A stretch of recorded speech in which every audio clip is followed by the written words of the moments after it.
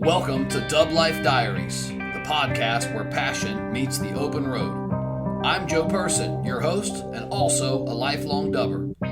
Buckle up because this ride is just beginning.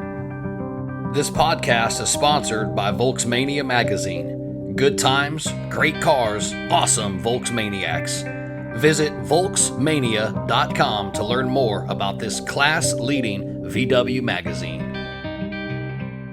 All right, welcome back to DubLife Diaries. Today's guest is a straight-up legend in the Volkswagen world, and I don't really actually use that word lightly. So this man's been wrenching on VW since the mid-'80s.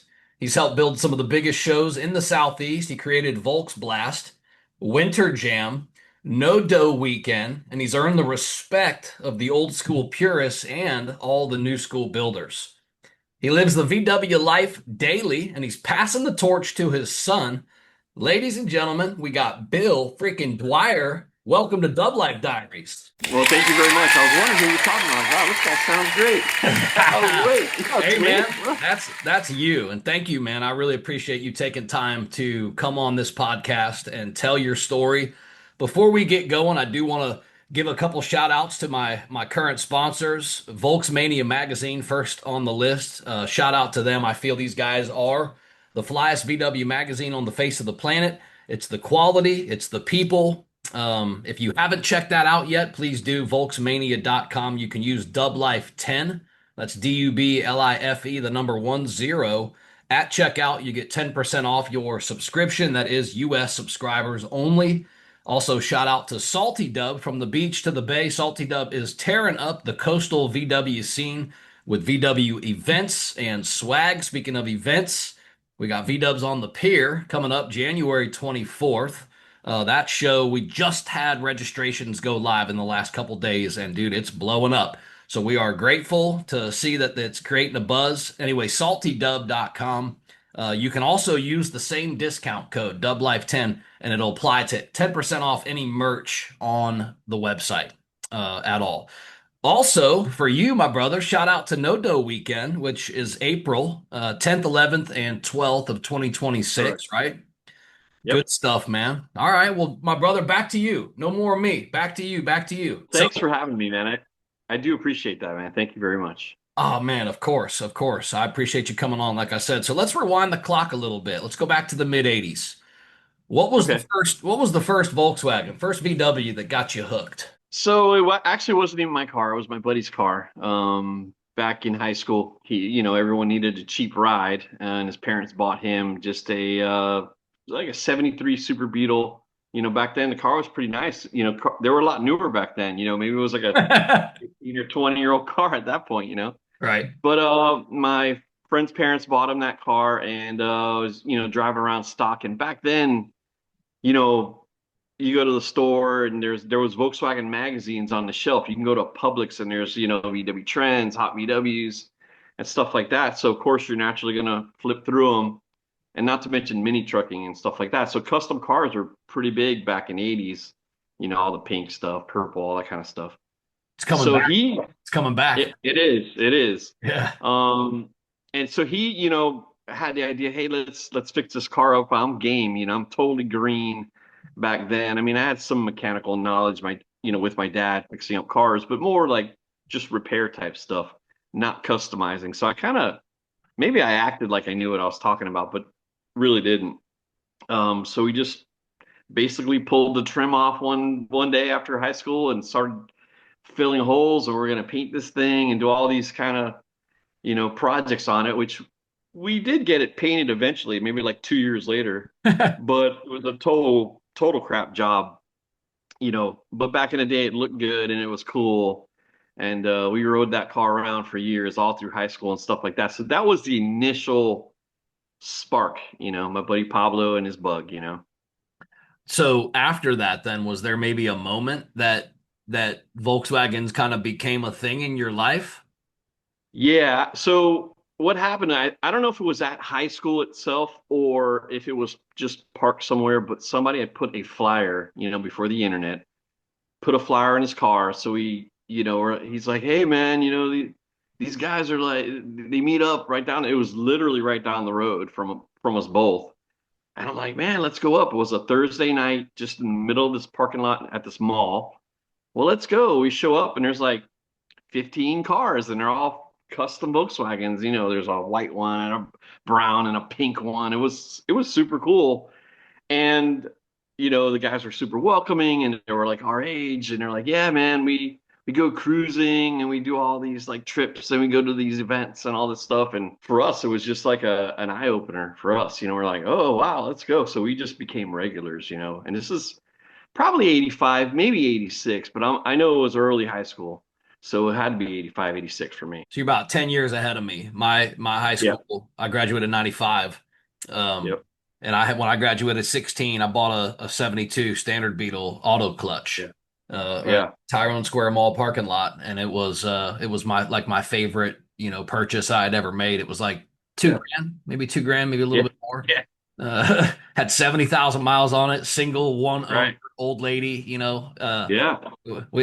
those types of finds aren't out there anymore for 2 grand, but all good. We're talking about the scene though back then, mid '80s. Describe it if you can. Was it smaller? Was it bigger? Was it wilder? Was it not as wild? Like because it's obviously taken off these Sure. days. Sure. Well, the 80s, the internet wasn't a thing, obviously. There was no such thing as the internet. So to go to events and stuff like that, you actually had to get a flyer. Maybe you saw flyers at like a parts store or something like that. So to me, it was almost like there was less shows at that point in time.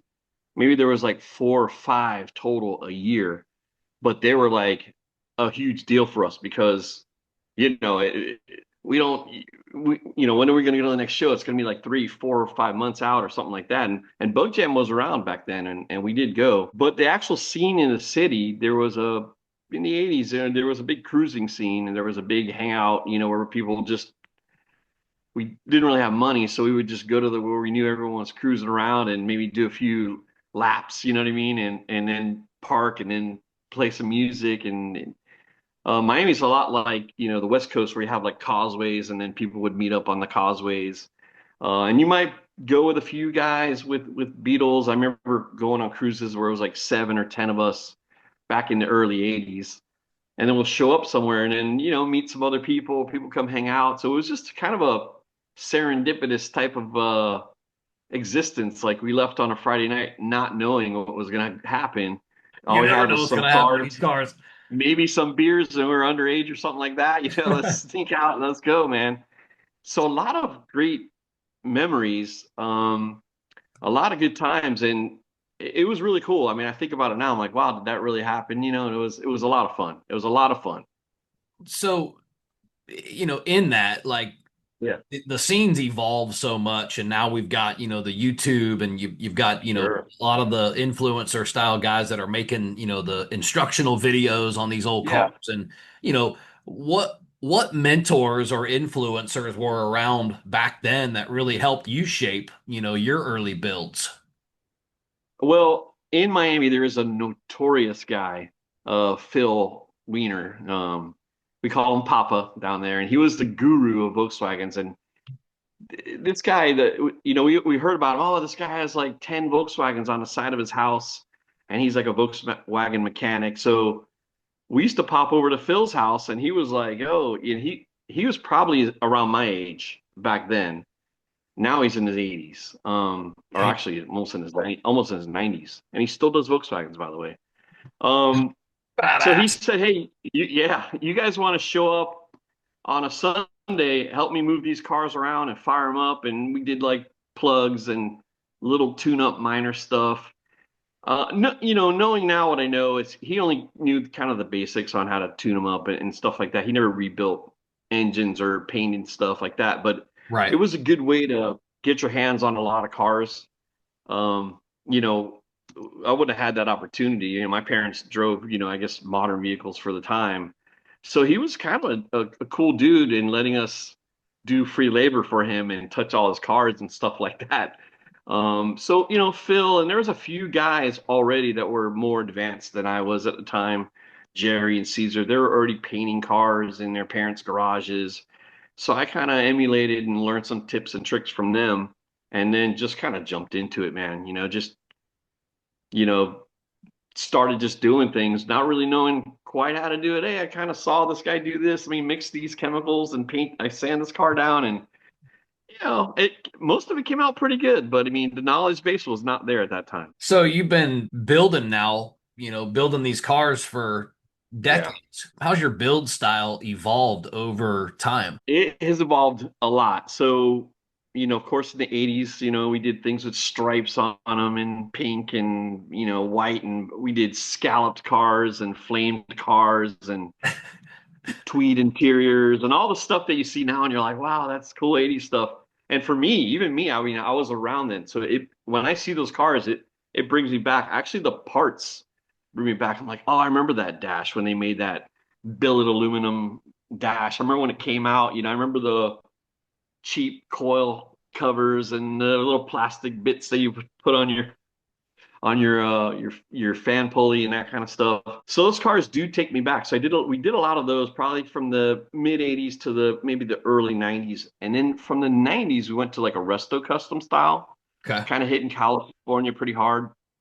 That's basically like a two-tone bug, might be green and white or red and white, two-tone with like five spokes, but I'll keep all the chrome where in the 80s you were ripping all the chrome off. Yeah, yeah, yeah. Um, Good call. yeah, into the 2000s where, like my bus, my 67, I built it probably early 2000s. That's kind of when I started building it. And it's kind of a muted out, like almost a solid color bus. So it's a monotone with blacked out, murdered out wheels and stuff like that. And then now my style, I think, is evolving again. I just built like an old speed style car. I just wanted to do something different. I built a decent amount of cars. I built a few cars that were in magazines and stuff like that. So, I've had my hands on a lot of them.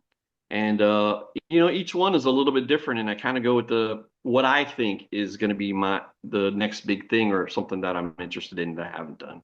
Try to mix it up. Do you sell these cars? Do you build them and sell them? Do you build them and Uh, deploy them?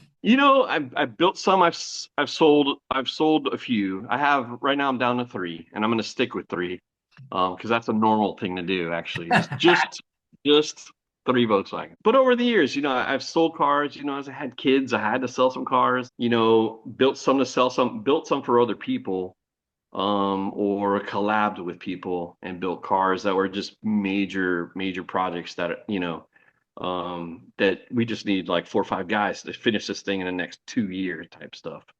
So I've done a lot of stuff like that too. I get dragged into a lot of things. I didn't know how to say no for a long time. I value that. I do. And, Yeah. I think that might come from your personality too. Being in sales. Yeah. No is not in the vocabulary, brother. No. Yeah, No. the It's answer is going to not. be yes, or we're going to try to find a way for it to be yes. So, Yeah, and I love working on cars. I love working on Volkswagens. I realize that, it's kind of my therapy, getting out in the garage, playing my tunes, getting involved in a project and that kind of stuff. So I'm easily wrangled into other people's projects, especially if they're cool.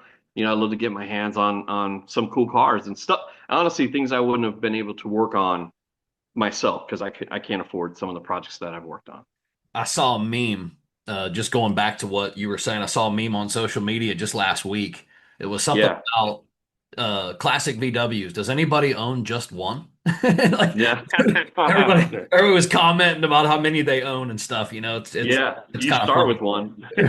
You do. What do you think over time, looking back at the builds, what's been one of the hardest projects that you had to take on? And I guess maybe just walk me through, why it was hard. The hardest project I've ever been involved with isn't even my Volkswagen. Most of the stuff I build, I mean, I've built ovals and I've worked on some splitters and a few splits and stuff like that. Most of my cars are in the 50s to 60s.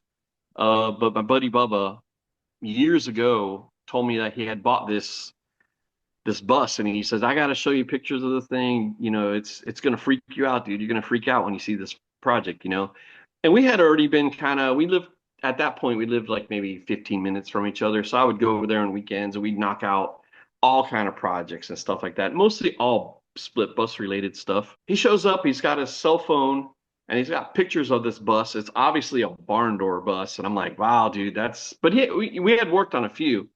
I'm like, man, that's like an early barn door, man. That's a really early bus, you know. And he's like, dude, I've checked out serial numbers. I think it might be the oldest combi bus in the world, you know. And that combi bus is like, yeah, that's exactly what I was thinking. Like, oh my gosh, you know, this is amazing. So he showed me pictures, and a combi bus has windows. So in 1950, you know, they started building lots of 50 buses, but they're mostly all panel buses. So almost every 50 bus is a panel. And then at some point they decided to put windows. So this bus at the time, turns out there is an older one or possibly two older ones, was the oldest combi known by serial number. So he said, look, it's in Uruguay. I'm importing it to the US. I hope it shows up. It was a fairly decent price, but then the importing was like the price of the bus. So it was a double digit $1,000 car, you know. He's like, it could be a piece of crap. I don't know anything about it, but I'm gonna gamble. I'm gonna roll the dice. But okay, cool, man. Get it. Let me know. Pick it up at the port. It's what it said it was. It's, you know, an early 50 combi, and it's super cool. Like stuff I had worked on and restored maybe 20 buses prior, and I'm looking at stuff like I have never seen this on a bus. I've never seen this piece. I've never seen a lot of things that this bus has. Wow. And yeah, we're kind of in like a zone that we had never been. Like all the vent windows were like it was a complete metal frame. They actually popped out in the opposite direction. Almost prototype. I wouldn't say it's a prototype, but it was a very, very early combi. So he's like, I'm gonna restore this thing. So he drove it around for maybe a year or two as it was, and then we got deep into the restoration, you know, like soda blast the body and start actually having to have sheet metal panels built because an existing like a B pillar bus, a regular B pillar bus pillar was totally different than what this thing had. So it was Wow. an early barn door pillars with semaphores, and we actually had to have Classic Fab build the panels because they just didn't exist, you know. And this Wow. one's twisted like a pretzel, and there's no way we're gonna fix it. Um, just a really fun ride.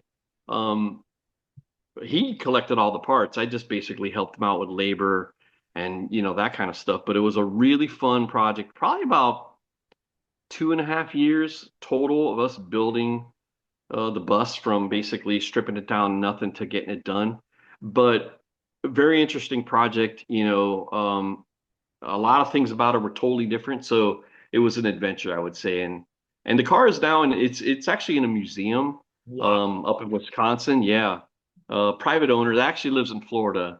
Um, he bought it and he still has it, and it's one of his most cherished buses. It's a super cool bus, man, and it was so fun. It's actually on YouTube. If you look up Bubba's Barn Door 50 bus, it'll pop up on YouTube and you can see the build. It's pretty I'll, ch- cool. I'll check it out for sure. Yeah, And hopefully everybody else does too. In the timeline now, we'll fast forward just a little bit to the mid 90s, 95. I know yeah, you helped found the Wide Five Vintage VW Club. correct. Walk me through, I guess what made you want to build that or be one of Yeah. the founding members of that? What was the purpose? What was kind of missing from the scene at that time that made you want to come up with that? Sure, sure. So the mid 90s was kind of I would almost say a little bit of a lull, you know, in VWs because you know the 80s hit hard and there was a lot of clubs in Miami, maybe three or four that I can think of. And then in the 90s, you know, mid 90s, people started kind of, you know, having families and, you know, some people kind of disappeared out of the scene, but there was a kind of a core group of guys that I consider diehards and we're still in the Volkswagens today. We naturally were hanging out and we would go to some clubs and they were always just a little bit weird, you know, hey guys, you know, we're having a meeting, everybody quiet, you know, they would do all these weird collect dues and stuff. And we're like, what are you talking about, dude? So we just started our own thing. Yeah, we just started our own thing, low key, drama free. But the whole basis behind the whole Wide Five thing is we all just loved early Volkswagen. So we tried to keep it pre 67. That it didn't happen in reality, but so we just loved early cars, and our dream was to build a DKP style club out in California, where it was just like either cowlick cars or performance early cars. And we surely built a lot. And at that time we were building a lot of cars, maybe one or two a year out of the club. Different guys would finish projects and stuff like that. So it was a very fun time going to all the shows, doing what we could to build as many Volkswagens as we can and just have fun, but drama free. I started having kids and My got favorite married, and thing. they so did they. Yeah, so it was a family thing, and it was just great, and we're still great friends today. We still hit shows to this day. We're just in our 50s now. That's all. We're still kids though. Right. I feel that. I feel that. And Yeah. to talk on the 90s vibe, because I was Mhm. alive in that time and also driving Yeah, a Beetle. I think sure. I think in the 90s we had just started to explore these aren't really that cool of cars yet. They're just old cars. Yeah, yeah, They were just old cars. So they kind of yeah, started to, unless you were really, bit by the bug, so to speak, and you were an yeah, enthusiast already that was already yeah, turning wrenches, etc. They started trying to kind of almost phase out, right, by technology and other things. They weren't like yeah, necessarily cool yet. Then, yeah, that generation kind of went through it, and then they yeah. became, beyond that, beyond cool. Now they were super Sure. cool and classics, and Yeah. yeah. So I vibe with that. Real quick, back in the Yeah. 90s, I mean, I built Volkswagens and then daily drove them. You know what I mean? It was kind of that phase where, I mean, I had a regular car, but it was one of my actual daily vehicles. So I'd fix it, on the weekend and then drive it all week and use the damn thing. I mean, I was daily driving a 57 convertible to work and back Oh, for years, I years, did man, too. like three, I, 4 years. yeah, I did too. Back then Fisher Buggies put that 1600 in that Beetle for me, and it Yeah, had the auto clutch. When that yeah, after 2 years, that auto clutch started to fail, started to pop out of yeah, gear and whatnot. And they yeah, in '96 they didn't make parts for it. yeah, So DNA Daryl from DNA in Pinellas Park, yeah, he talked me into just putting a 4-speed in it. So I did. I yeah, changed the pedal assembly out. I didn't. He did. But sure. yeah, man. Good times in the '90s for sure. Yeah, they were just old cars, and you could fix them up on the cheap and have a great time, but they weren't as big a deal as they are now. You see one on the road now, and everyone's looking. Back then, you look there, you're like, "That's nice. It's just a bug." Just the average Joe might think it's cool. Yeah. Yes, I exactly. like air conditioning.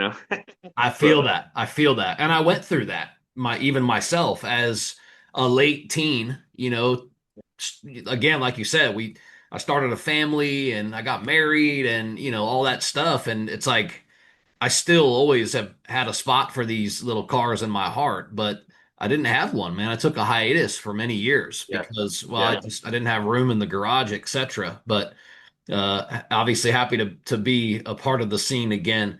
What made Yeah. the Wide Five Club different from other clubs back then? Still just early cars. Basically, we tried to build a lot of resto custom Beetles, a few cowlick cars, a lot of more motor related stuff. A few of us were building motors and building motors for other guys. So we tried to just have nice early Beetles, big motors, drive to shows. We believed in driving our stuff. Yeah, So we yeah, yeah. drove from Miami to Bug Jam, 6, 7 hour rides, and wherever we could, man, we drove them and enjoyed them.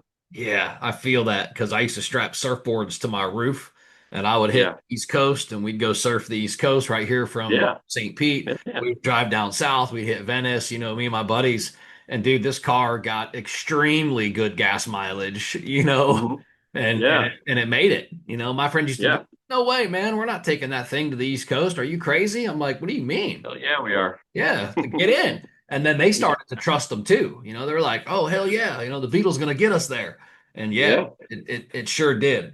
yeah, All right, so a little bit later then, mid '90s still, Miami, you put together Volks Blast, yeah. which was Correct, correct. another event. Take us back. How did that show come to? How did it begin? Yeah, so in the 90s in Florida, um, there wasn't as many shows as we have now. Now I feel like, man, there's something to do almost every weekend, Volkswagen related, whether it's a hangout, it's a cars and coffee, it's an actual show. Right. There's so many things going on. I mean, we're really spoiled today. You can be like, well, I just can't make that. It's just, I got to stay at home and cut the grass literally because I've been doing Volkswagen crap for the last, month or so. There wasn't a lot of shows, and Miami is almost like I almost kind of equate it to like living on an island. There's not a lot of people go to Miami. Not a lot of things car related would go down to Miami. So we didn't have a real Volkswagen show down there. I mean, all through the 80s, the closest show was Fort Lauderdale, and it was an okay show. You had Bug Jam, and you had maybe just one or two other decent shows. So maybe all year you're building these cars and you're doing all this work for maybe four shows. So it was really a lot of effort. And we're like, well, why doesn't Miami have its own show? Why don't we have a show here?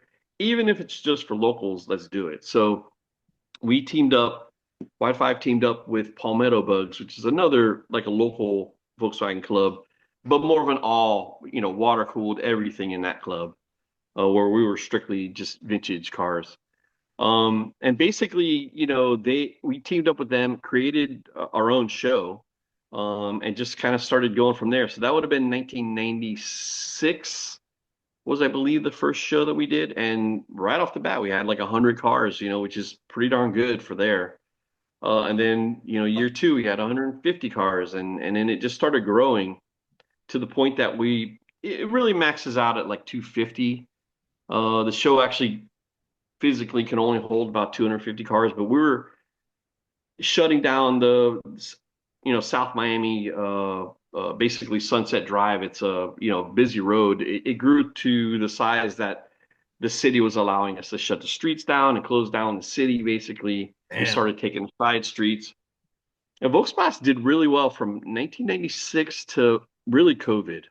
COVID is the kind of the last nail in the coffin for it. Although it did Yeah. start back up last year Okay. with a couple of the original guys that lived down there still. But it's at a different spot. But it's still probably on the rebuild. Cool though that it's coming back. And I feel Yeah, the COVID thing. I was teaching classes in person, traveling the yeah, country, and we all know what happened, during the yeah, lockdown and stuff. If you're any type of in-person classroom training, you had to check, the temperature. yeah, You had to do all kinds of stuff. It's like, yeah, then people are like, I'm not traveling. I'm not wearing a mask. I'm not yeah, this and that. And it was tough, man, because then it even takes me back to this. Do you yeah. get vaccinated or not? Like regardless of what your stance is politically, I wasn't allowed to go make money for my family unless I said yes to the vaccine because I couldn't get on a I plane. I sell to hospitals, so yeah, so I Yeah. get that totally, man. Yeah, man, I couldn't get on a plane unless I proved it, So it's like, damn, you really Yeah, that was a really weird time for our world. it was, It yeah. was a And fucking weird what time. happened was during it, we basically lost our contacts. Um, people had moved on, so it's 2, 3, 4 years later, maybe more. And we're like, hey, you remember that Volkswagen show we used to do 4 or 5 years ago? And they're like, yeah, talk to so and so, and it just didn't have the reception with the city at Sure. that time after and they're rebuilding themselves. They're like, we're worried about the city economically not putting on a Volkswagen show at that point. Yeah, yeah. So it Uh, may come back, but it's a phenomenal show. One thing I am proud about with that event, and you got to remember we're young kids. We're like 27, 28 years old. Is one of the guys involved, Bill Steckley, was adamant that if we're going to do the show, it's got to be for charity. And being a 29-year-old and being exposed to going Habitat for Humanity was one of the beneficiaries of the show, and I'm writing a big check and giving it to them. We ended up donating a few houses, maybe a few years in, two houses that we built that actually have the club plaque on them, which I damn. don't know if they're still there today, but they're probably like, Super what the cool, hell is that man. wide time? Yeah, you know what I mean? But That's badass, man. it was cool, man. It was a really kind of a cool way to learn, like, wow, our hobby can turn into something positive for people. So I'm proud about that.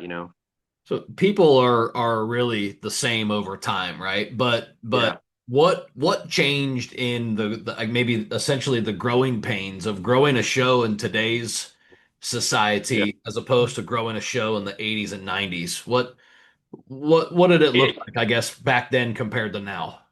it is a lot easier to grow a show today because you have social media and you have, YouTube, which, people a lot of times will research your event. Oh, let me check it out on YouTube, see if there's any videos of the event. I mean, it can make or break the show. Maybe they see a video and they're like, nah, but most of the time, a video or something like that will spark interest. But advertising, man, Facebook is a huge tool. I mean, social media has its good and bad, I believe. But one good thing about it is that it's a great way to communicate. It's a great way to get your info out and get your message out and for people that are into, the Volkswagen hobby or just, like-minded people to find each other. So Yeah. that the tremendous growth with Nodo has all been through Facebook. I stopped flyering like 10 years ago. And it was a big thing. It's like, oh, you're not going to put out flyers. I'm like, no, man, I'm just going to go to Facebook. And that's when the show started growing when I stopped doing flyers. But back in the 80s or 90s, like it was literally a copy of a copy of a copy flyer that you found for some show that's in Fort Lauderdale that people are putting on. And you might get 100 cars out there or something like that. And then you're like, hey, did you go to the show? And they're like, I never heard about the show. And you're like, yeah, well, it's a show on a piece of paper, you know? Yeah, yeah. Uh, so, social media makes it a lot easier. But I would say big shows at that time, like Bug Jam, was really the only big game in town back then. Hmm. It was like going to Disneyland for us because we waited all year, we built cars all year. We're just like, yeah, I'm gonna take my car to Bug Jam, and people are gonna freak out when they see this thing. Ah, so So cool. the feeling of the finished project because you couldn't put pictures on the internet. It was just like, wow, that guy's car is badass. Where now it's like, oh yeah, I saw it on the internet, man. Yeah, it's been a nice build, and that initial impression Yeah. is it's gone because you've already seen the build. You already saw when they stripped out this bolt and you already know the story of the car before you've seen it. So Wow. it's What kind a of like opening your presents for Christmas, like back then, and then now you know what the Christmas present is, and your mom wrapped it anyways. That's a little bit of the feeling there is different. That's a really, really good analogy and good way to kind of describe that because Yeah, I can almost envision that. So yeah, we'll talk about Nodo in just a second, but sure, before that, let's touch on early 2000s, 2007-ish. You started yeah, Winter Jam in Daytona. This was a massive event. yeah, yeah. What inspired Winter Jam? Winter Jam was so I moved out of Miami, I should say in 2003. I just wanted something different. I had at that point had a child. And I'm like, I don't want to raise him up in the city. And Miami's a very crowded place. And I'm like, I need to change. So I moved with work and stuff like that up to DeLand, Florida, which is like north of Orlando. I got stories about Deland. We'll get into it Oh, later. really? Yeah, I told you Okay.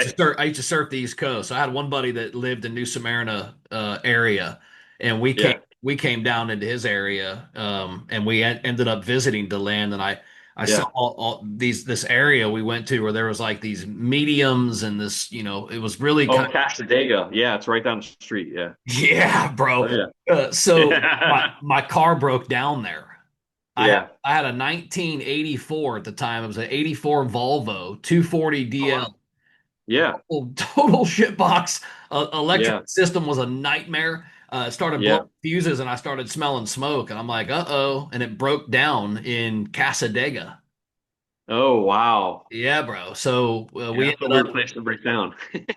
yeah, yeah. It was like, yeah. So anyway, this ain't about me, but that was my story. It was crazy. We ended up having to stay for a couple of days, not there, but at my Wow. buddy's house. And Yeah. yeah, I had to get my car fixed by some Euro shop, and Yeah. it needed if I remember correctly, I was a young man, but maybe 17 or 18. My dad had to bail me out and help me out, Yeah. and Yeah. help me pay for it, get it out Yeah. Yeah. there. I had to get For towed. people, for people who might listen that don't know what Casadega is, it's a spiritualist camp. And it's actually a very cool place, especially these days. It's really cool. I But bet. it's a lot of mediums, palm readers. Yes. I actually knew someone who read a crystal ball that lived there. It's a very interesting place. Super cool though. Super cool. Freak out if I didn't know about it. I broke down there. That's for sure. Yeah, and I didn't, and we had to find out about it. I'm trying to remember what the one guy had on his sign that said something. It was hanging off this tree, and it said something. It may have, I don't really remember. It was He's something like, super Joe, spiritual. I knew you were going to break down today. You know, they had read that. They knew the But future. there was a lady that had a gift store in the front of a single family house, and when you House. walked in, Yeah. it was like, honestly, bro, she was a witch. Like, Yeah. No, no, I believe it. Yeah, sure. I'm not even gonna sugarcoat it. I know one that lives there. Yeah. Yeah, so we're standing in there, and I'm like, can we? There's no cell phones. Can I use the phone? I got to call a tow Yeah. truck or whatever. And she was like very non-trusting at all, Yeah. but at the same time very trusting as well. Because it's Yeah. almost like you Yeah. said, she almost had this feeling like, well, they're not going to do anything, or they're going to be messing with the wrong person. I'm reading his aura. Yeah, right. Yeah. So yeah, I just felt that, but that was my story Yeah. about that area. But back to Winter Jam. Yeah. So So yeah. I moved here in '03, and I didn't do a show for, 4 years basically. And in '06, a guy that lived here locally wanted to promote an event. So he never did that. He never put on an event. And at this point, I had a decent amount of experience from doing Volksblast, and I was still going to Miami and running that show the day of. I was kind of out of the preliminary stuff at that point, but I still ran the day of the nuts and bolts of the show, and this is how it lays out. And me and my buddies from Wide Five kind of did a lot of the parking people and registration and all that kind of stuff. So I knew how to run a show at this point pretty good. And he's like, "Hey, I know you have experience. I've got this idea for a show." And then, invited him to my house, and we basically laid out this kind of a festival style show, because at that point I thought, if I'm going to get involved with the show, and remember, I had gone through the 90s, gone to a bunch of shows in California, I want to do something that's different than what the East Coast has seen. And at that point in time, there was no multi-day shows in Florida. It didn't exist. Bug Jam was one day.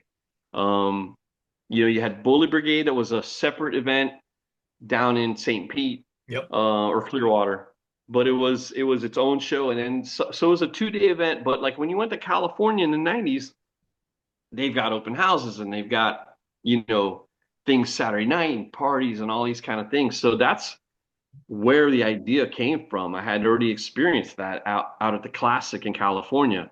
So I'm like, man, if we're going to do a show, man, I would love to do a classic style show, like the VW Classic in California, where it's basically a festival type of deal, where it's like, Saturday night there's a pre open house somewhere, and then Sunday's the big show. Still, Nodo is also modeled the same way.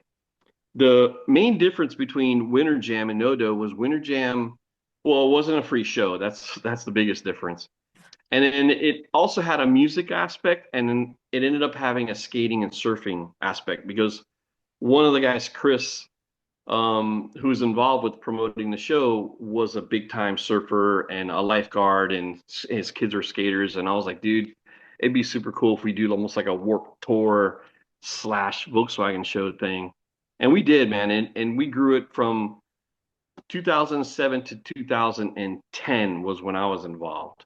So about 3 years, and it exploded, man. It was a massive, massive event. Not as big as Nodo, but it How was big did it get? definitely, I want to say probably 400 cars, Oh at the man, show. that's So it's a gangster. pretty good, yeah, it's a pretty good sized show. We actually moved to an indoor, the Ocean Center was an indoor venue. We had Wow. the Daytona Beach band shell. So we had a bus show there with a band and music playing and a surf contest. It There Go. was a lot going on at the show, and the show actually did turn a profit. And once it started, we had talked about, you're not going to get rich, doing Yeah. Volkswagen shows. Yeah, you sure The aren't. guy, Boy, they all the think you guy was, will though. Yeah, you think you will, but I knew better. The guy that I was doing it with was like, man, we broke even. We made 10 grand or whatever. I want to increase everything by like $10, and this way we'll make, 40, 50,000. I'm like, dude, you're gonna price us out. People are gonna hate us. They're not gonna pay back in 2007 $35 for a t-shirt. They're not gonna pay, $5 to for spectator parking. They're not gonna pay 15 to get in the gate. They're not gonna pay $45 to get in a show. I felt like we were trying to nickel and dime people, and I'm old school Volkswagen guy, man. It should be fun. It should be Yeah, yeah, yeah. low cost and stuff like that. So we bumped heads in 2010 to the point that I was like, look, I actually decided at the show, I'm out. I'm not doing this next year. I'm done. He said we just didn't agree on anything. Um, so what happened was we bumped heads, and then the next year I did my own show. I did No Do Weekend. He did Winter Jam, and Noto was free, and it was actually in one of the old venues from the show, which is the venue we still use today, the Port Orton City Center. And like more than half of everyone went to Noto, and they were just like, "Hey, man, it's free. I'm not going to pay, $50 to get in to a venue, And that's what happened basically is we had a kind of a separation, and then people went to the fun free side.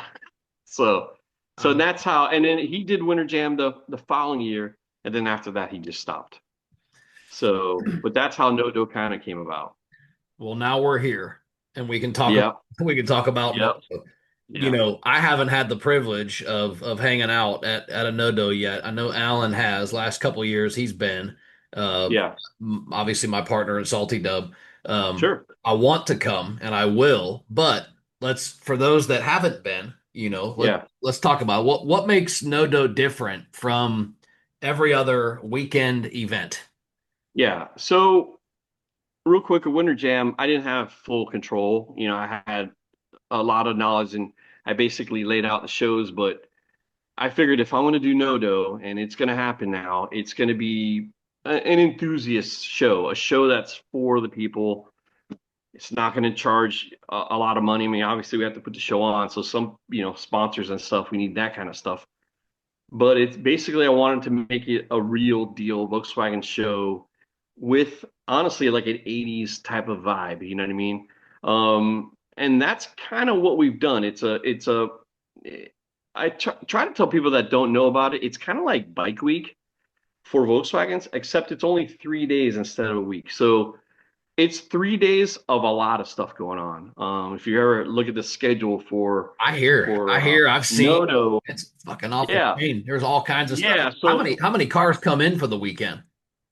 we're looking at probably about 700 now. So it's getting big, and the city is nervous about the show at this point. They're like, look, you're gonna outgrow the venue at some point, which I don't think we are. But they last year we had to open up a whole nother area, and we packed that. So we've been opening up additional areas of the show. It's not like a book jam.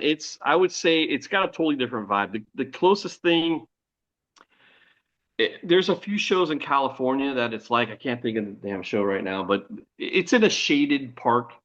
It's got like a circular drive around the lake, and people are sporadically, laid out in all sections of the park. It's got a DJ, getting the vibe right.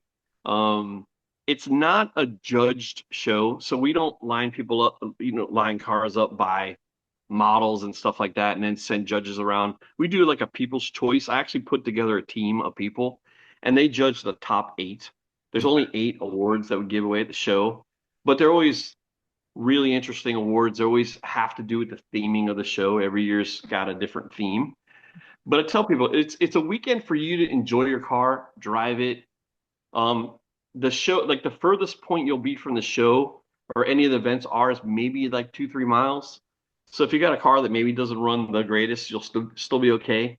And in that area is nothing but Volkswagens driving around. So you're driving, you're passing Volkswagens. It's almost like being like in the 60s or the 70s where there's a lot of Volkswagens on the road because you got 700 Volkswagens within a 3 or 4 square mile radius. And they Damn. might be going to a pizza event, at Giuseppe's Pizza. They might be going to a bus thing.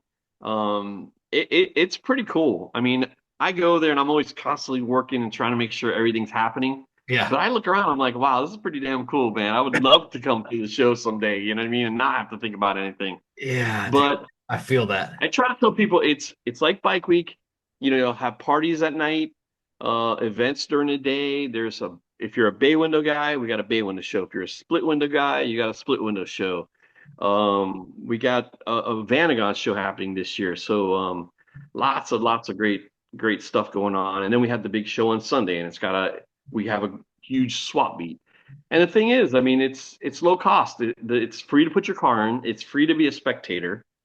So you got gas, food, and whatever else you need. You can camp, you can stay at a hotel, you can stay at an Airbnb. But we try to make it a low cost weekend, and where people are just they're gonna go Volkswagen crazy, I think and that, it's just gonna be fun. I No think that's stress. I think that's why people connect with it so well, Yeah, yeah, because it really is more of the enthusiast based versus money based. And right. we try, Alan and I try to do the same thing. We took over the Sure. Skyway ride in Yeah, 2024. That was the 25th year. And that was after yep, 2 years of it not being able to be assembled and put back together. And that first yeah, year that we put it back together, the 25th anniversary, we had 440 cars. yeah. And when we were standing in lot 5 that day at Tropicana Field, when they all parked and A they were lot. over the bridge, we Yeah, absolutely stuffed the entire lot full. And we're looking at each awesome. other and we're going, we did this. Yeah. And it's kind of that feeling, for It's sure. cool, man. That I've been to that back when Sven was doing it years ago. Yeah. Man, I've been to that event like 10 times, and I saw you guys were doing it. It just the dates didn't line up, and I'm like, damn it. But that's a great ride over the bridge. Yeah. It's We, a good time. It brings back memories too of some funny stuff that's happened. But we got the yeah, it's a good nighttime. show. We do it at night Uh, now too. I don't know if I you know I saw that. Yeah, so now we got Yeah, the PM ride, and we did that really kind of as a responce from the community saying, "Well, we don't want to wait till next year for another Skyway event." It's like, well, right. Yeah, okay, like what can we do then? yeah, Let's do it at night. The bridge lights up, yeah, and then that turned into Christmas lights and more of a kind of. And then we've been inspired this last year by seeing all the reels and the shorts on yeah. social media of the Huntington Beach Pier. Um, Yeah, Sick, right? yeah, yeah, So we got inspired, Alan and I, to do that. And Alan's like, dude, we got to find a way to get on a pier somewhere. So I'm like, all right, yeah. let's rack our brains and figure it out. We end up connecting with the state who has a contract with the guy that owns the Skyway fishing pier. And Oh, wow. I end up getting his cell phone number and calling him. And I That's cool. yeah, dude, I talked to him and I he didn't realize that's privately owned. it is. I Like, didn't either. I had no clue. wow. Yeah, it's Yeah, privately owned, but you have to interesting. bring everything to the state's attention that you do there as, he's the owner. So he asked them, Right. hey, on December 14th, can we have it for XYZ? They said, yeah, we're not going to shut it down to the public, Yeah. but Yeah. yeah, go Well, for you it. don't want it shut down. You want them to be able to enjoy it too, because That's right. knows who you're going to influence. There might be a little kid there. There might be a dad and a teenage son that's going to be like, we need a damn Volkswagen, man, you know? Yes. So, Yes. Yes. yeah. Totally. Totally love that. So one thing about Nodo, Yes. and the big thing about Nodo is we try to make it fun. Like that picture I sent you, with the thing going underneath the limbo pole. Yeah. I We watched that. started that, years ago, and it's just taken off. And now we're at the point where people are building cars to do the auto limbo. The price is only Great. $100, man. The price is $100. People are spending thousands of dollars to build a car for basically bragging rights and the fun of doing it. You know what I Yeah. mean? Which I That saw the very video. car in that picture was built because he went to Noto the year before and watched other people do it and went home and was like, I'm building a freaking limbo car. It's fun as hell. And he ended up building a six-door thing. I was gonna say, and it's So, stretched. It's a stretch thing, which is yep, so cool. yep, Yeah, yep. So for it's about the fun of it. It's about enjoying the cars. It's about spending time with your family. It's about all that. speaking of family, let's touch on Yeah, this 'cause I know this is yeah, important to you. VWs have been a full-time family hobby for you. Now I know you're yeah. pulling your son into it, right? Yeah, he is. Yeah, he's getting poked. Well, he's been initiated over the years anyways. He's Sure. been, and my daughter too, in all fairness, she has been also involved. But he's a real Volkswagen kid. He's got I'll show a you something. Vanagon on it. Yeah. I'm gonna show you something cool. Just talking about having the kids involved. I got a You, six you year just old. you That's just pulled that out of the door of the thing on video. It looked cool as hell. You went and it came right out of the bottom of the door. Oh, that's awesome, man. I got a 6 year That's old, bro, that just draws me yeah. art all the time, and Yeah, that's comes super and cool. hands it to me, and he doesn't realize it, but he's getting Yeah. bit by the bug, Yeah, baby. he's got it. He's got it. He tells me Yeah, the you know, difference my between I bay windows and split windows, and oh, that's a Vanagon. yeah, He sees them in public. He calls them out. I'm like, bro, yeah. you're six. This is You know, great. the one thing I did when I was young, my son was born, is I never wanted to alternate my lifestyle. I wanted to incorporate, my kids. There's some people that, hey, I had a kid, you'll never see me again. And we still do what we Right. do. We still do what we do. And so they were both raised up with Volkswagens and stuff like that, and road trips. And I have a bus, and it's a camper. We've been on thousands of camping trips with it. I bet. And we have tons of memories, both good and bad, of being in the bus, having it on a road trip somewhere, hitting springs, all the springs around Florida, all the way up to the Carolinas for some shows, up to like towards New Jersey and Virginia and that kind of Wow. stuff, and on the east coast of Super Florida, cool. camping out and driving it. They never asked, "Hey, are you there yet?" None of that stuff. They were either sleeping or they're looking out the windows and just having a good time. Yeah. And we've got an extended family at shows because of that, because people have known them since they were babies. So they're like, "Hey, Nick, hey, Emma, how's it going?" And they've known them since they were little babies. And I have friends. I just went to a show in St. Augustine where my buddy's little grandson is now he's taller than me, and I'm like, wow, Was that the it's turkey trot crazy. show or whatever? Yeah, yeah, yep, Yeah. up at St. Augustine. I Yeah, saw turkey that. My, run. my wife's family, her mom and dad have a house in St. Augustine. Oh, They cool. they have travel contracts where they live in Alaska. They're both Oh, nurses and wow. they Yeah, live out there full time, but they have a house there. They Airbnb.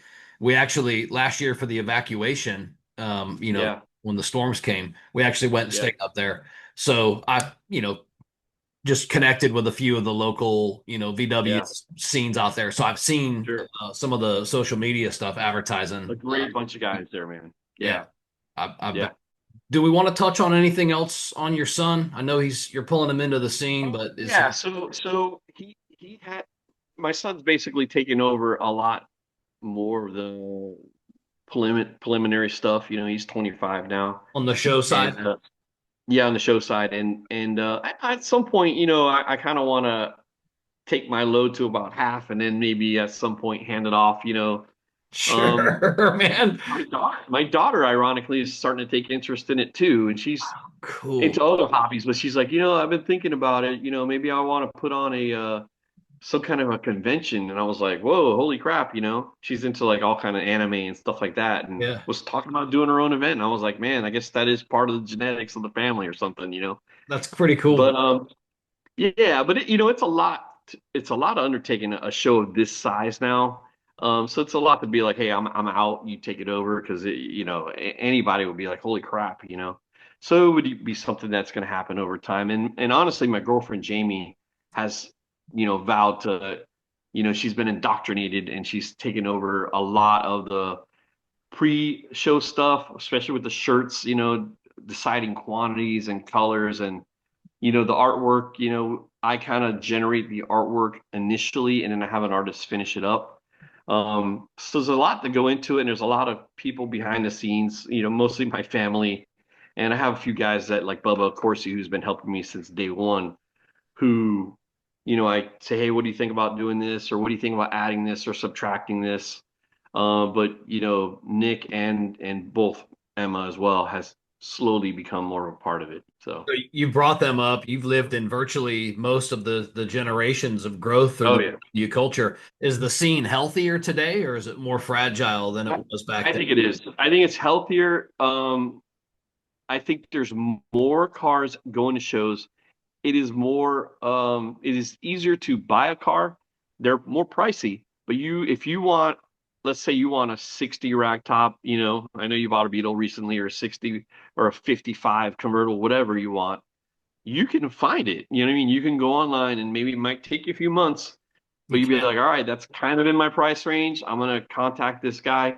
Back in I would say the 80s, 90s, it was a lot harder to find the actual car. You had to like find it on next to someone's house or something like that. Right. Gotcha. So that part of the hobby and seeing other builds online, like I follow a ton of guys online and I watch all these builders, a lot of them out of the West Coast, but a lot in Florida as well and Texas, building some awesome stuff. And I mean, I've been around a long time, but a lot of times I see stuff and I'm like, that's a great effing idea, or wow, I really like the style of that, you know what I mean? Or honestly, sometimes I see the build start and I think, man, that color is hideous. And then when I see the whole thing together, I'm like, that's badass. Yeah, You dude's a know? visionary. Yeah, yeah. Yeah. So it's kind of cool. I'm a big YouTube dude too, so I'm always on YouTube and watching all kind of stuff and seeing things in Europe. Man, there's a lot of cool stuff that's happening in Europe. I'm trying to go out to the show, trying to go to Hessig and European Bug-In next year.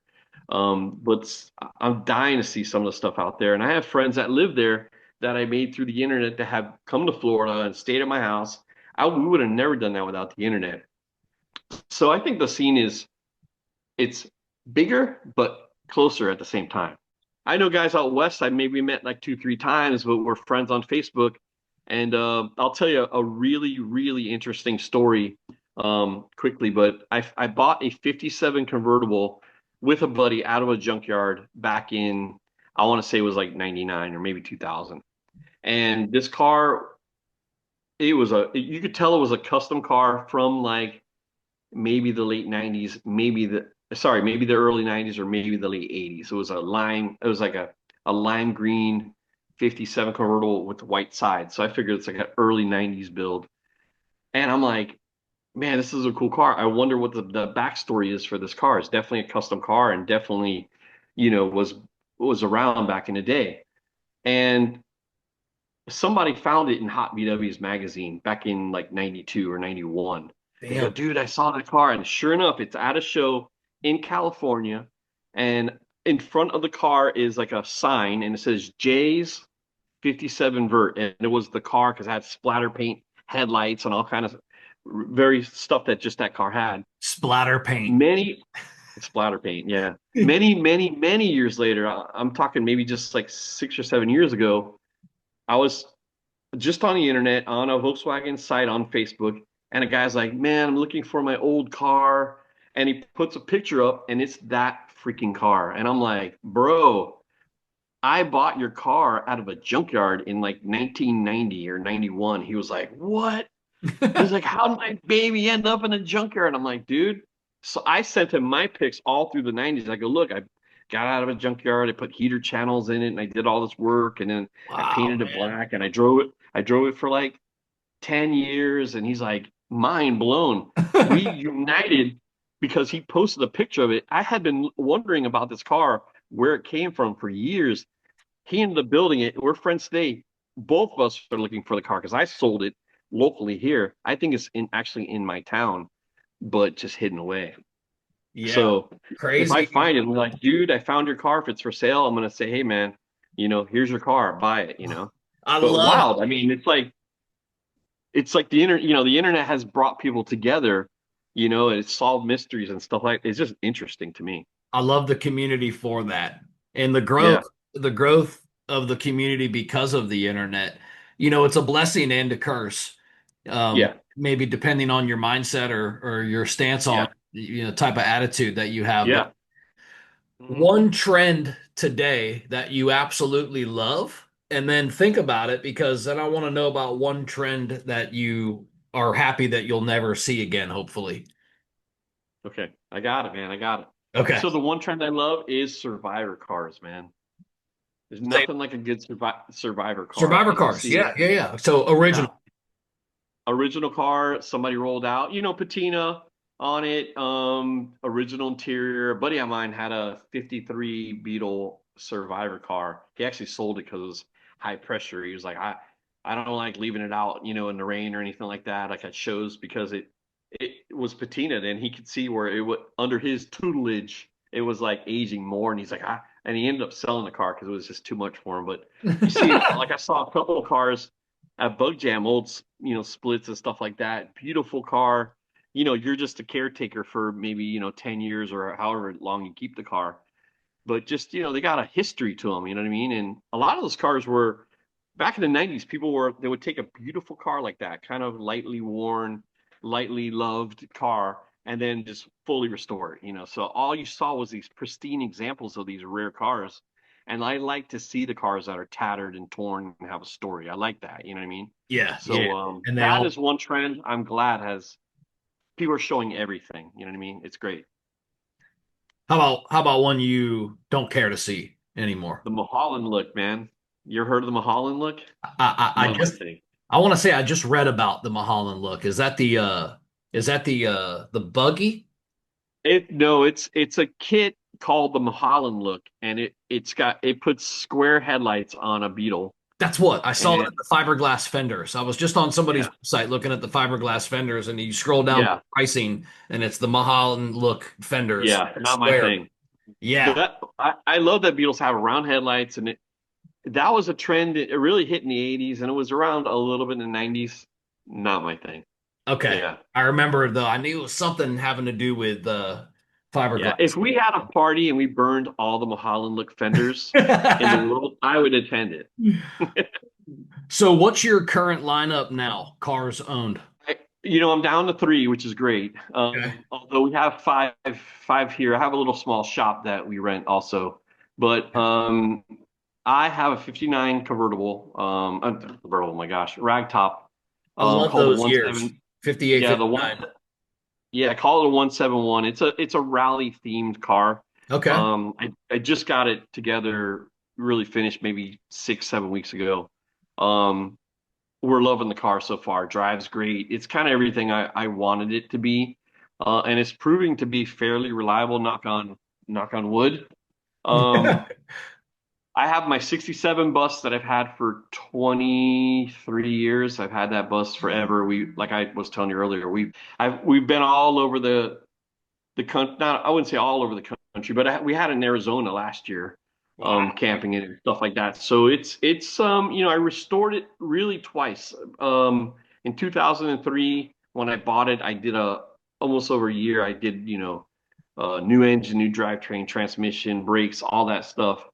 And in 2000 and what year would have been? Anyways, maybe like 12 years ago, I converted to four-wheel disc brakes. I put a whole new set of wheels on it, ended up painting the bus, new interior, new camper interior, copy the original camper interior.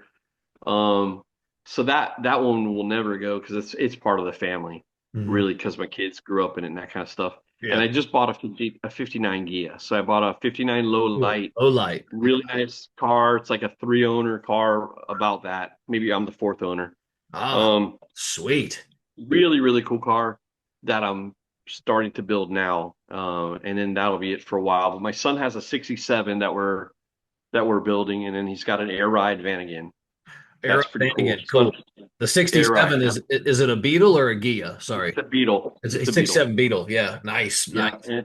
and it's going to be slammed and narrow beam and tranny rays and all kind of stuff, but it's pretty cool. Yeah, I love lowrider culture was how I grew up here. Yeah, 80s, 90s guy, I love I yeah, love I love them slammed and tucked, brother. yep, That's my style for sure. On the Carmen yep. Gia front, when I started getting back into Yeah, Volkswagens, you have one, I thought, right? I do. Yeah. So Yeah, my wife said, the only one I like is this one. And I'm like, "Oh, you like Carmen Gias?" She's like, "Is that what this one is?" I'm like, "Yeah." She's like, "Yeah, I like them." I'm like, "Okay."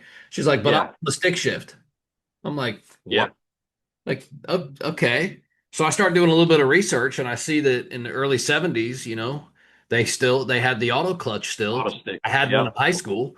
yeah, And I'm like, all right, well, I bet you I can find one. So just like you said a minute ago, all you got yeah, to do is just type in what you're looking for in the damn search. yep, Here it goes. It pops up. We found a one owner, female owned, yeah, barn yeah, barn survivor, Yeah. 71 auto clutch with 46,000 miles on it. Wow. Original. Yeah. That's nice. What year Runs is like a it? damn top. It's a 71. Oh, perfect car. Yeah. A perfect car, man. It runs Yeah. very, very good. It did have some rust that we didn't see at first, but I had it all fixed last year. Actually, that was this Yeah. year. I had it all fixed this year. We're gonna wrap it, and I got some 17-inch Porsche twists for it. I'm gonna lower it, Yep. put the Porsche wheels on it, and we're gonna Yep. make it. We're gonna color it. Um, her brand colors for our real estate Yeah. brokerage. Yeah, we're Sure. we're gonna do all that and have fun with it. Yeah. But Yeah. I love survivors too. Yeah. The I stories, like you said, man, the stories that come with them. We got the original, um, what is it? The original invoice slash bill of sale for when the car was purchased from a oh Volkswagen wow. dealership. I've got That's that cool. safe. That's cool. Yep. You know, it's funny because I had Gias years ago, but I always sold them for some reason. I'd buy like do some horse trading, end up with a Gia, and then sell it. And I never really drove them much. And then I was always in the back of my mind, I want to get a low light Gia. I want to get a low light Gia. It's the one Volkswagen I really don't have any experience owning and driving and that kind of stuff.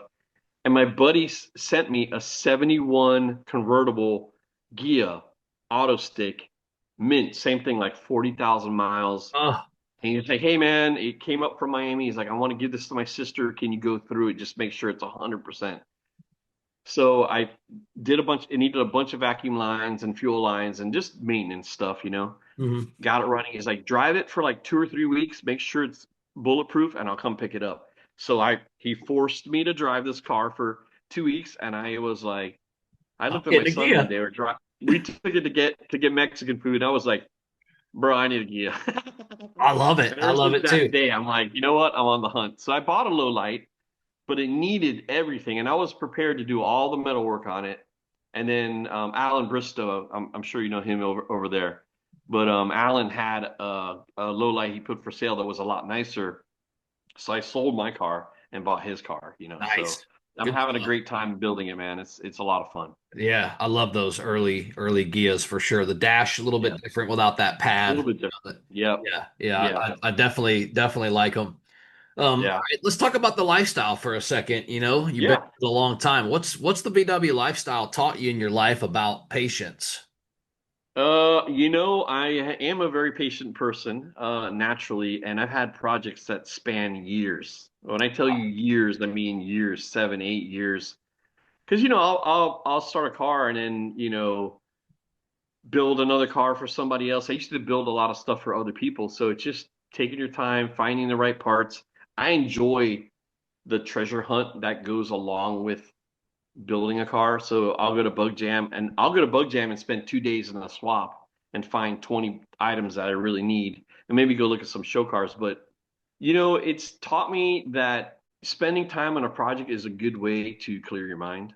I went through a divorce probably 11, 12 years ago now. And during that time, I started working on cars heavily, A, because I needed the money. And then B, because I needed a place to maybe, think things out and that kind of stuff. So for me, it's a bit of therapy. Take your time, Yeah. enjoy the car, enjoy music is a big part of my life. So, if the thing that has kept me sane in my life is Volkswagens, music, and my garage, you All know. right. So then, what has the lifestyle taught you about people? That people are good. They're Of course still there's good bad out out there. there. There is still good out there. And you know what? Of course there's bad people everywhere, every culture, every hobby. Sure. But I've made a lot of great friends over the years, and I mean people that I invited, to birthday parties and weddings, and when my kids were born and stuff like that. And I have friends that I made back in the '80s that I'm still very tight with, and if I needed them, I know that they would do something for me, and likewise for them, And I have had friends that we have a tremendous bond, and we met through cars, you know what I mean? And even today, I've met a lot of friends just in the last year with Volkswagens and stuff like that. And we build bonds and it's great. The extended family that I have is tremendous because of it. And I've seen a lot of good, man. I've seen people get sick and I've seen people raise money for them. I've seen friends die. I've seen hundreds of Volkswagen people at funerals. Wow. The support out there is incredible. And man, I love Volkswagen people. We're the best. I always tell people Volkswagen people are the underdog of the car community. So we accept everyone. You know what I mean? You're one of us, dude. Join the club. And that's how it is, man. We're good people. I've been into other car types, hot rods and stuff like that. The people are not the same. So Me the too. people And they're are not. really almost more important than the cars, in my view. Awesome. Yeah. Happy to hear you say that. What do you think's one of the biggest mistakes though that the newer people coming into the scene, the Volkswagen scene, what do you think are some of the biggest mistakes that they make entering the scene that you could maybe, talk about to maybe they don't make those mistakes? Well, two things. Two things. I've seen a lot of people, a lot of younger kids. When I say kids, I'm talking like 20-year-olds. Still a kid. Get in, get in. I'm the hottest shit since whatever, and then burn out fast. You know what I mean? Like, you see them, and then they make noise, and they're on the internet, and they're saying all kind of crap, and then they're gone 2 years later. You know what I mean? So just slow down. You know what I mean? Enjoy yourself. And then the other point I would make that new people, I think, do when they get into hobbies, they don't know what to stay away from as far as when building a car, they buy a lot of cheaper parts. There's an easy, just because things are cheap on the internet and stuff like that doesn't mean they're quality. So I see a lot of people that get in the hobby and they're like, my car doesn't run for crap. And when you look at it, they bought like cheap Brazilian parts or Chinese parts or whatever. Right. I think that people don't know that, hey, don't buy that because it's not a good quality part. So I think people over time realize, all right, I'm going to spend the money, get something quality instead of buying something cheap. You know what I mean? So I think that the hard lesson for a lot of people when they first get in is they think that you can just order anything, and when it gets nothing works, and they're very frustrated by that kind of stuff. You know? Somebody listening to this that might be inspired to get into maybe even starting Yeah. their own first build. What Yeah. what is your advice on a starting point for them? My advice on a starting point is always going to be the same. Spend the money and buy something with a good body. Because if you buy something that's rusty and you think you can fix it, you probably can fix it, but it's going to be more expensive and you're going to spend more time getting it not rusty than if you maybe paid $1,000 more and just bought a solid body from the beginning. Damn, If you're a that's awesome beginner, advice. who cares if it runs? Getting it run is the easy part. Repairing the rust is going to be the hard part, and maybe the part that might be a little bit more daunting for you. Mm. So I always say, if you're going to start out first time project, get something with a good body. All right, so that's for a builder. What about for a promoter? Somebody that listens to this podcast that says, you know what, I want to do my own event too. What will be a starting point, or maybe even some of the truths behind being an event Yeah. promoter that you could forecast to the community? Well, it's a good question. What I would do is honestly start small. So it's easy to burn yourself out if you take on too much too fast. Um, Advice. I know through shows, organic growth is the best way to go. It's a better experience for people. They're not frustrated. Like I've been to car shows that the registration line took 2 hours. You know what I mean? And people are just pissed off when they got there because it's a new promoter. He had like his sister and maybe his brother doing the registration, and they've never done it before. And then suddenly Right. you got 100 people out of gate, and they're all pissed off. So I always say, hey man, start off slow, start off small, and then grow organically. And I mean that's what I've done with my events because I'm partially lazy, and two, I just want to do it right, And I would say just don't bite off more than you could chew. That's probably my biggest takeaway. And have fun doing it. If you're not having fun promoting a show, if you don't take time out to enjoy the little bit of success that you're having, then you're doing it wrong. You got to be able to sit back. Wow, this is a badass event, like you were talking about you and Alan doing. Yeah, yeah, You yeah. got to be able to enjoy that success, or else what are you doing it for? You're going to burn yourself out. Yeah. So you have to learn. And even my show's a pretty big event. I'm stressed for part of it, just getting it going and making sure everything is in the right places. But after that, I'm having fun. The limbo contest that we do, I'm joking around. We're cracking jokes. It's stress free. It's a lot of fun. I take a lot of enjoyment out of seeing other people happy at the event. So when you see, I mean, you know this, you've seen people at your events and they're having a good time. Maybe they got grandma and grandpa out for they haven't been out in a while and they got them in the car and they're doing their thing and that kind of stuff. That makes me happy. It's a Yeah. family having a good time, you know. So that look, I got goosebumps because I'm thinking about this story. So Yeah, for good. the 25th year when we did the Skyway ride, when we brought it back, Alan and I, it created such a buzz online. 440 Mhm. cars.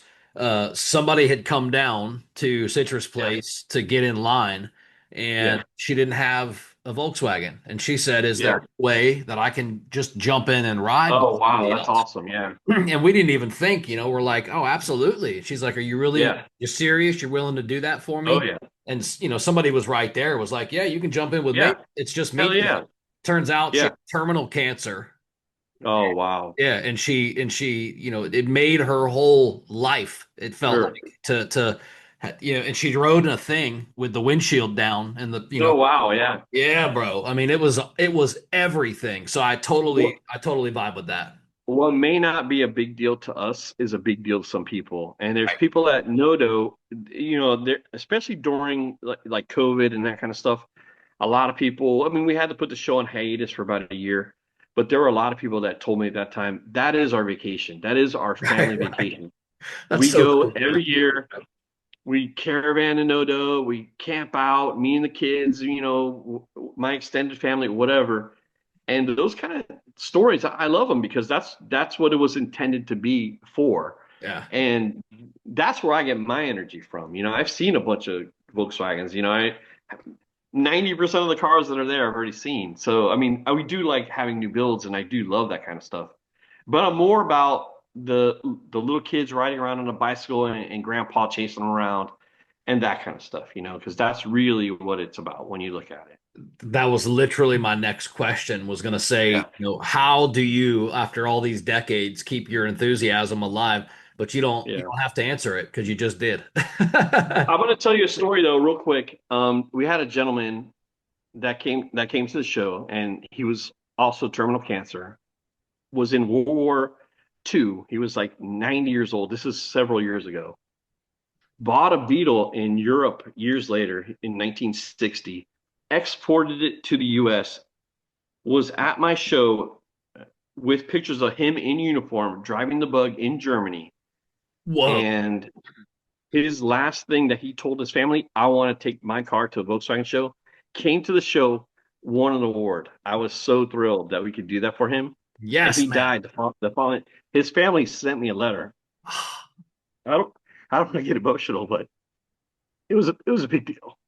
Oh, man. I was like so shocked by it. Yeah, I bet. I feel that Yeah, because honestly, as a promoter too, or should I say also, yeah, this is actually the moments that we strive for, look for, yeah. It's a big hope deal. will happen, by Yeah, putting this effort, using our connections, doing all the stuff yeah, that, not everybody can just throw together events. yeah. It takes a certain somebody, a certain personality, a certain type of Sure. pusher, right, to make Yeah, all these things happen. But those are the moments that we live for. And to yeah, see how it impacts you, and that yeah, and get emotional over it, it means so much more to me and even probably to the community because yeah.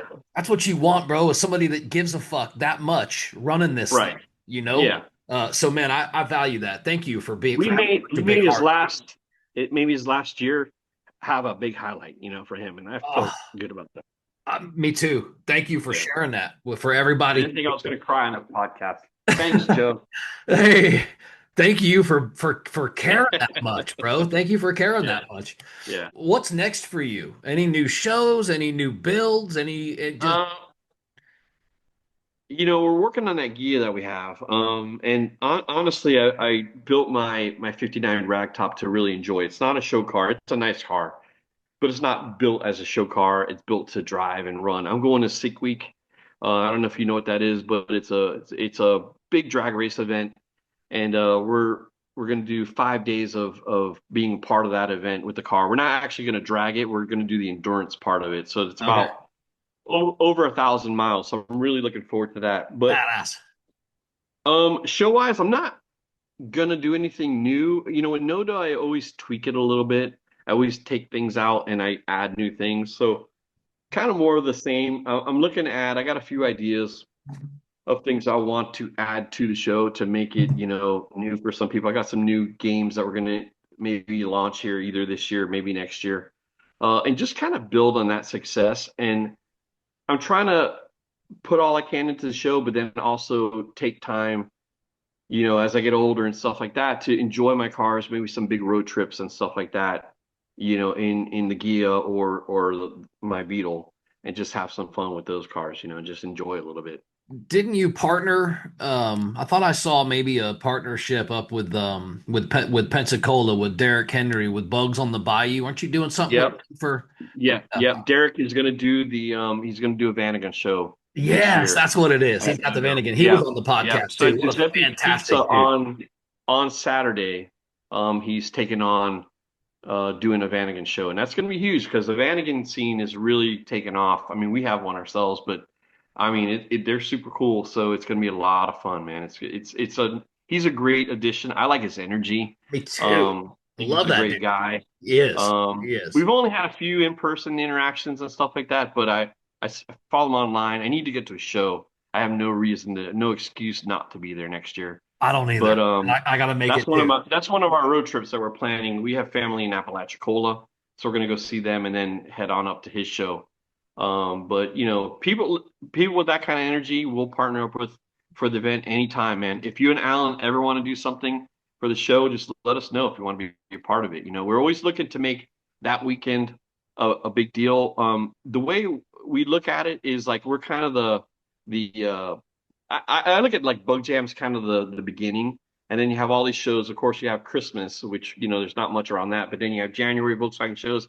I picture us like the end almost of the season. We're not really the end, but the last big show You of the know, season because then we get into summer. it would be cool. Hmm. West Coast no dough. That would be cool. That A would be cool, cool. yeah. Me and Alan can get involved and help. If that ever becomes an idea or a thought, let us know. Yeah, We'd yeah, love to yeah, put our salty dub flair on it. And yeah. yeah, man, that'd be awesome. So um I don't know. I got some rapid fire questions. We can jump Hey in. man, let's do it. Yeah, I'm an opinionated person with Volkswagen, so these can be I told my girlfriend, I go, he's gonna ask my opinion on things. She's like, you'll be perfect. now these can evolve into a story or they don't necessarily Yeah, have to. Don't feel like you yeah, have to tell a story each one, but if they do, sure, hey man, I'm all here for it. You ready for it? sure. Yeah, let's do it. All right, favorite VW model of all time. Early convertibles, man. 50, any split window convertible, Beetle or oval. I've had a few of them. I love them. They're high maintenance cars though, but I love them. Looking at buses, split Yeah, or bay. split all the way, man. Okay. I love my split. Not as convenient as a bay, but they damn sure look cool. They damn sure do. They damn sure do. All right, what about paint? Yeah, Patina or glossy, paint? I'm in the middle. I'm gonna say I like Both. patina. I like glossy paint. Personally, me, I prefer a car that's got a few scratches and dents in it. They're more enjoyable. But I'm more of a paint guy than strictly patina guy. Lots of VW air-cooled engines, all the way down, obviously, to sizes. What's your favorite engine combo? 1776 because of reliability. It's got power, but it's not too much. It's kind of in Florida. I feel like it's that happy medium. Yeah, 1776 for me because I mean, it gets hot in Florida, and when you go out west, these guys have, I got a 2332 and I got a 2275. Yeah. Yeah, in summertime it's like 75 degrees. In Florida, it's 95 degrees. So I think a 1776 is even an 1835, but I think a 1776 is more bulletproof personally. Okay. It's a good combo. Yeah, no, fair. Very popular choice too, Yeah, especially, around here. And I think for what you're yeah, saying, probably the reason. All right. yeah. How about this one? Favorite show that you've ever attended, but not one that you created? Buses by the Bridge out in Arizona. I am like Great. so attracted to that show, and I want to make it there. There's a couple guys here from the local scene that Yeah. fancy that go out there, and I think it's the coolest thing ever. I would love I've to seen do it. Dan and Shane out there a few years. Yeah, It you know what it is, man? It's very laid back. I'm drawn to like those situations, just a laid back event. But that show, it's 3 days. I'm friendly with Ronnie that puts it on. Super nice guy. He's now passed it on to other people. But it's 3 day. It's a 3 day camp out. Base. I think it's like 4 or 5 days actually. I went for 3 days.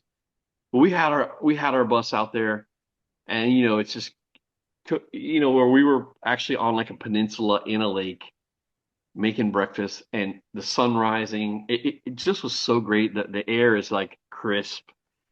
You're in the desert with your yeah. bus. It's The dry. vibe is great, man. Everyone was super laid back. They actually Isn't there had a the candy, shitload of buses too?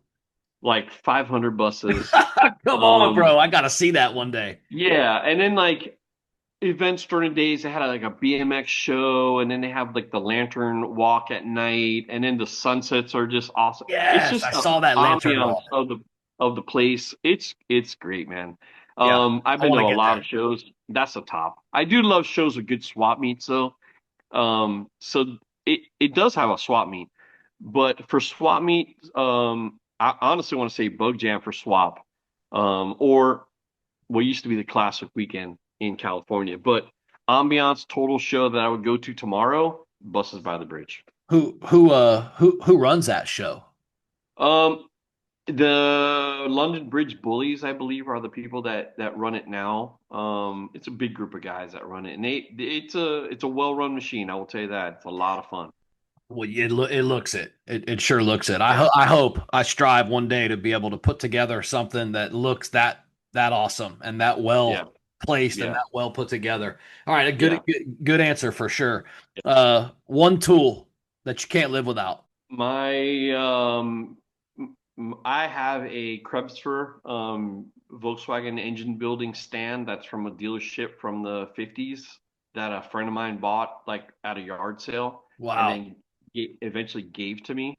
I love that thing. I got a motor sitting on it right now that I'm building for my Gia. I use it maybe, this year, like twice this year, but I might use it every 2 or 3 years. And also I rebuild it transmissions on it too, put axles in and that kind of stuff. So it's the most unique tool that I have that's Volkswagen, and it's the one that I'm like, wow, I'm so glad to have this because you can turn anything sideways and do whatever you got to do, and it's its Uh, own freestanding thing with its own tool tray and everything. I love it.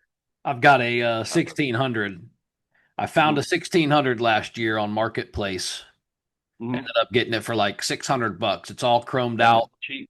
It's Yeah, cheap. It was supposed to be on the back of a trike, yeah, and the guy had sent it off and had it rebuilt, had all this paperwork and stuff for it. yeah. He was supposed to put it on his trike like 2, 3, 4 weeks later, and he passed away. Yeah. So the family gave it to his best friend and said, "Hey, we don't know what to do with this Find a home. Yeah, lawnmower engine or whatever." It was all chromed out, yeah, with the exhaust comes up out of the side. Anyway, yeah. my point was, it's sitting in my garage on a uh, engine stand, well, not an engine stand, a motorcycle stand that my kids used for their dirt bike that they sold. Oh yeah. So I know I've you're got talking that about. Yeah, stand, I got that stand sitting there, yeah, and the engine's just sitting there. I'm literally just waiting for the opportunity to put that thing in the back of the '62 Beetle I was hell fortunate yeah. enough to get. Yeah, man, I'm just kind of patiently waiting. Like you said, some of these projects they take a long time, and you have to Mhm. be willing to be okay with that. There Yeah, there are times I look out in the driveway and I'm like, I want this done like yesterday. Like I want to just do everything and I want it to be done and complete and fast. And right. I've even not been able to bring my cars to a couple of the shows that have just recently, passed, Yeah, to include Bug Jam and yeah. or Beach Bash that we just hosted for the first year this year. Sure. because they're kind of a work in progress. Now, my Yeah. wife's Gia, we had all the rust fixed, so there's, Yeah. it's almost like primered bottom, nice paint up top. It's all Yeah. all the all the The chrome, all the rockers are, yeah. everything's Yeah. taken off, all the Yeah. badging and everything's taken off because we were going to have it wrapped. Yeah. Well, and other shit happened. My kid broke a tooth, needed a root canal, and just how it is, man. Just all this stuff Yeah. started happening Life. Yeah. life, right? And now Yep. that's kind of on the back burner a little bit. Well, Yeah. up through last month, I was like, all right, well, let's get it wrapped. She's like, you ain't spending no money before we get through Christmas. I'm like, okay, honey. So January. Yeah. yeah, so now it's gonna sit, till probably through January. But Yeah. I've got the stuff in place, and I'm happy to I guess kind of exist in that Yeah. You feeling know of what though? I To don't mind. me, that delay, that anticipation of the car being built makes it that much sweeter to you when you drive it. I You know, my totally agree. my Beetle has been backburnered. I rebuilt a Westfalia trailer. I rebuilt a Speedster for somebody. Countless projects have been here that aren't mine, buses and all kind of crap. And my bug was always backburner. When I finally finished it, that first drive, you couldn't get a bigger smile, man. It was ear to ear, and it's been that way since I drive the car because I know how long I worked on it, Yeah. and I wasn't willing to sacrifice like, oh, I can just put a smaller motor. No, I'm going to build the motor I always wanted, and that's what I'm going to do, and I'm going to put this whatever part in it because I wanted this forever. You know what I mean? So I Yes. deserve it. Yep. So Yep. it's taken longer, but now I'm happy that it's done. I'm like, wow, this was a long road, but the success of it, having it running, feels so good. I'm okay with it taking a little bit longer. I Yeah, I really am, and I've kind of told I've had to talk myself into that the last kind of yeah, year-ish yeah, because where I am a very kind of if you follow any personality types, I'm like a driver style, very fast sure, paced, fast decision yeah, maker type dude. And urban, yeah, I'm ready just to get shit behind me and check it off the yeah, list and just get it done. So it's been a little bit of soul searching at the same time, but I really yeah, like what you're saying because I feel that same way. The yeah, longer and the more the anticipation is, like yeah, I waited months. Well, I waited 6 weeks, 7 weeks to order just the trim pieces. yeah, Right? And when they came in, I was like a kid in a candy store, man. I went and yeah. sat like I my want to get them kids. on. Yeah, kid holding the Yeah, flashlight and in the yeah, driveway, and I'm doing it at night. My wife's like, "Why don't you just wait till the morning?" I'm I like, can't. "Because," right? So I yeah, man, know. I feel that. All right, Listen, man, I sat in my car with no motor in it, hand on the wheel, like, all right, all right, I like this. The car was still 6 months from being together, and I'm like, yeah, damn it, one day, close the door, go in the house. yep, that's where I'm at with them. All good though. All right, how about this Yeah. one? One VW hill that you would die on. Oh man, this is an easy one for me. Fuke wheels are the best wheels ever. So the original Porsche Fuke wheel, Yep. and I'm gonna double down and say that you could put Fuke wheels on a turd and it would still look good. So I'm gonna have to agree with you there, but I have a favorite wheel myself, and Yeah. it's the Empy original 1960s Sprint Star. Oh yeah, yeah, yeah, yeah, yeah. Now my yellow 58 that I had that I Badass. sold Yep. at oh Yep. pissed that I sold that one, but that one had those original Yeah. stamped Western Germany, Yep. the real badass ones. They were chrome. Limerence is the brand that made them, and Lemurs, then yeah, Empty sold yes, them. Yeah, yes. Limers. Yeah. Oh, I sold them with the car, and Yeah. I've tried to find them again, and you can't find them. I can't find them Well, chrome. you can. You just got to pay. Oh, You you want gotta, Chrome ones? yeah, I You want want Chrome chrome ones? ones. I'm Chrome are gonna. You know sick. what is cool? BBT, in Germany or Belgium rather, I think they are, makes a great repop of that wheel, and it looks 100%. Other than saying Limers on it, it Yeah, is yeah. In identical chrome too. in Chrome. Yeah, and the Oh, Chrome is good. is that I don't BBT wheels? BBT. Yeah, look at BBT Sprint Stars online. Okay, I don't know if they still produce them, but there's a lot out there. okay. Yeah, no, that's awesome, bro. Thank you, Yeah, thank you. yeah, How about this one? yeah. What's one? You may have already answered this, but what's Mm. one VW that you regret selling? Yeah, I sold a lot of cars over the years, and I regret a few of them. I would say I had a 55 Vert a few years ago, and I sold it. It was always kind of a problem child car. It broke down basically almost every time I drove it. So I was like, this car's haunted, whatever. I kind of needed the money. Somebody made me a stupid offer on the car, like 10,000 more than I paid for it like 6 months prior. So I was like, you know what? I could use the money. The car's kind of like not my buddy. So I sold it, and then now I'm like, man, what is that car worth today? And I would love to have one. They are high maintenance, they leak. They require a lot of maintenance or with the top and all that kind of stuff. But I just love them, man. They are I think a beautiful car. So 50, anywhere from 51 to 57 is my favorite year convertible one. That's my favorite car. Okay. I had a 58, like I said, that I regret selling, but in the same situation as you just described, Yeah. I got offered too much money for it. And Yeah. here was the thing. I said to myself, you know what? I really don't want to sell it, but Yeah. I'm gonna put it up there for on marketplace for like 16.5, Yeah. and if Yeah. it sells, and bro, Yeah. kidding you, it wasn't even a day.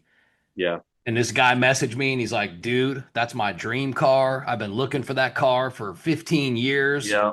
Yeah. He's like, please tell me those are the German issued wheels. I said they are. He's like, bro, I'll give you an extra $300 if you hold it till tomorrow.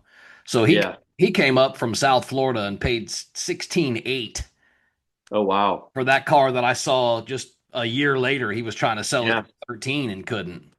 Yeah. Yeah. So same thing. I had to. I was like, I really don't want to, but good Lord, this dude's willing to pay me. Yeah. So Yeah. And then I let it five, go. 6 years later, you're looking for the same damn car. Yeah. That's what happened to me. Yeah, You know. no. I already have, and I'm already looking for it again, actually. Yeah. Yeah. All Your right, how car looks about sweet though. Your Beetle looks sweet, man. I really like that car. It looks nice. the 62? Yeah. Yeah, Is no, that mouse gray or anthracite? What color is that? yeah, it's that the second name. I don't know how to say Yeah. it. Anthracite, Yeah. I think. Yeah. Anthracite. Yeah. Yeah, Yeah. it's that. And It's a dude, nice car. I traded my thing. I had a Yeah. 64 thing. I traded straight up for it, and Yeah. my thing was running, and I'd put a lot of money into it and everything. But I actually had a Mhm. bad experience on the interstate with my wife. Really? Anything, yeah. And she's like, "I won't ride in it again. I'm done." Yeah. Yeah. Like, okay. All right, I got another one for you. Maybe just a Yeah. couple more. Yeah. In your opinion, who would be maybe one of the most underrated builders right now in the scene?